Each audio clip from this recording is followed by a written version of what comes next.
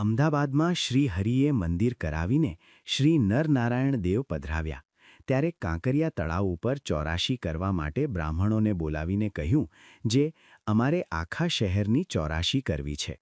ત્યારે એક બ્રાહ્મણ બોલ્યો કે આ અમદાવાદમાં બ્રાહ્મણના 60,000 ઘર છે ને એક દિવસમાં સામગ્રી ક્યાંથી મેળવશો?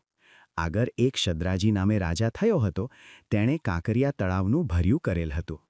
પછી ચોરાશી કરવા સારું 6 મહિના સુધી સીધાનો સામાન ભેળો કર્યો હતો, તો પણ ચોરાશી ન કરી શક્યો. તેમ તેની વાત સાંભળીને મહારાજ કહે, આ સાબરમતીનું પાણી વહી જાય છે તેનું કોણ પૂરું કરતું હશે? માટે તમે ચિંતા તજીને હા પાડો. ત્યારે બ્રાહ્મણ કહે, જે તમે જમાડો તો અમે શું કામ ના પાડીએ? અને તમે કહે ઠેકાણે જમાડશો? ત્યારે મહારાજ કહે, કાંકરિયા તળાવને કાંઠે.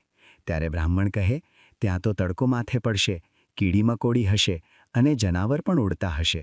ત્યારે મહારાજ કહે, ત્યારે દિવસે વાદળાનો છાયો થશે અને કીડી મકોડી તમને નહીં નડે. પછી મહારાજે કાંકરિયા તળાવને કાંઠે ઘી, ગોળ, સાકર, તુવેર દાળ, ચોખા, લોટ વગેરે મંગાવીને ઢગલા કરી દીધા. તે વખતે અષ્ટસિદ્ધિઓએ વિનંતી કરી, જે હે મહારાજ, અમારે સેવા કરવી છે, માટે આજ્ઞા કરો.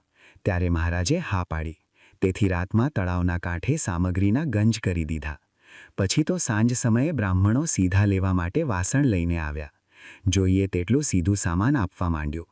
ત્યારે જે ચોકે 50 માણસો હોય ત્યાં બ્રાહ્મણો 1000 માણસના સીધા માંગે.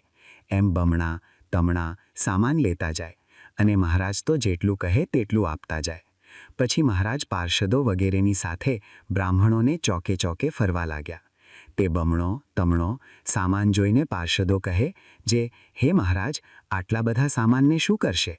ત્યારે મહારાજ કહે, તે કાંઈ પોટલા બાંધીને નહીં લઈ જાય, રસોઈ કરીને જમશે.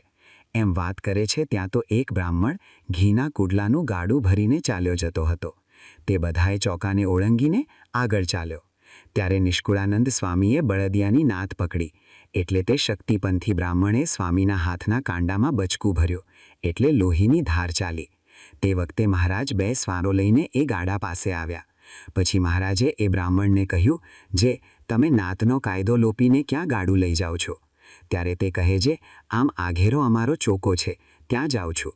પછી મહારાજ બોલ્યા, જે ગાડું પાછું વાળો અને તમારે જમવું હોય તો ઘી, લાડુ, ગોળ જમો, પણ અમારા સંતને ભલા થઈને કોઈ ખાશો નહીં. એમ કહીને ગાડું પાછું ઉતારે લાવ્યા.